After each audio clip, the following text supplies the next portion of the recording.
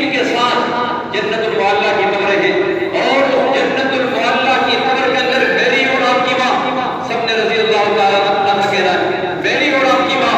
اور رسول اللہ صلی اللہ علیہ وسلم کی سب سے محبوبہ زوجہ خدیجہ الکبریٰ رضی اللہ تعالیٰ عنہ کی قبر ہے، اور عرب کے اندر پورے عرب کے اندر مالدار عورت ہے، لیکن آج آپ جائیں ان کی قبر ایک عام قبرستان کے اندر کوئی اونچی قبر نہیں، یہ سر کی جانب ایک قبر پتھر اور پاؤں کی جانب ایک پتھر ہے، صرف اتنا پتہ چل جاتا ہے یہ قبر ہے۔ اسی طرح جنت البقیع میں آ جائیں، بہت سارے صحابہ کی قبریں ہیں، اور ان میں عثمان غنی رضی اللہ تعالیٰ عنہ کی قبر بھی جنت البقیع کے اندر موجود ہے۔ اتنے بڑے مالدار صحابی ہونے کے باوجود اگر وہ چاہتے تو اپنے، اگر نبی کی سنت ہوتی، اتنے مالدار صحابی تھے کہ وہ اپنے قبر کی اوپر جو اینٹیں ہیں وہ سونے کی لگوا سکتے تھے، لیکن صحابہ نبی کی سنتوں پر بیٹھنے والے، انہوں نے زندگی کے اندر بھی نبی کی سنتوں کو اپنے سینے سے لگائے رکھا، اور موت کے بعد بھی نبی کی سنت و شریعت کو نہیں چھوڑا۔ اسی طرح جنت البقیع کے دروازے سے آپ داخل ہو جائیں، یہ سیدھے جانب دائیں جانب اہل بیت کی قبریں موجود ہیں، اور اہل بیت کی قبریں آپ کو ایک بارش تو دور کی بات ہے 4 انچ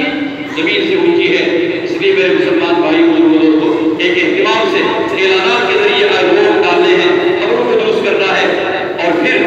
مرد، عورتیں، جوان لڑکیاں قبرستان جانا، میری بات نہیں ہے، عورتوں کا قبرستان جانا ہی ٹھیک نہیں،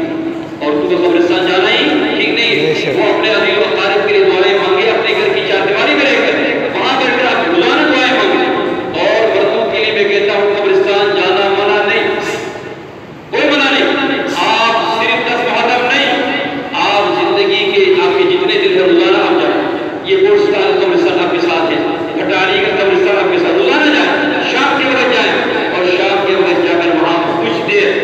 اپنوں کو اور اپنی زندگی پر غور کر لیں، یہ میرا والد، یہ میری والدہ، یہ میرا بھائی، یہ میرا بیٹا مجھ سے اچھے تھے، آج دنیا سے جدا ہو کر اس طرح بھی بول چکے ہیں، میں نے بھی پہنچنا ہے اپنی آخرت کی تیاری،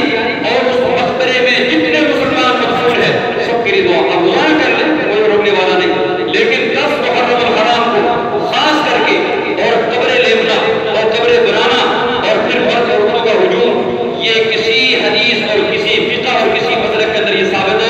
نہیں، اس لیے اللہ تبارک بتا رہا ہم سب کو صحیح معنوں میں اہل بیت کا محب بنائے، اور اہل بیت کے نقش قدم پر چلنے کی اللہ توفیق عطا فرمائے۔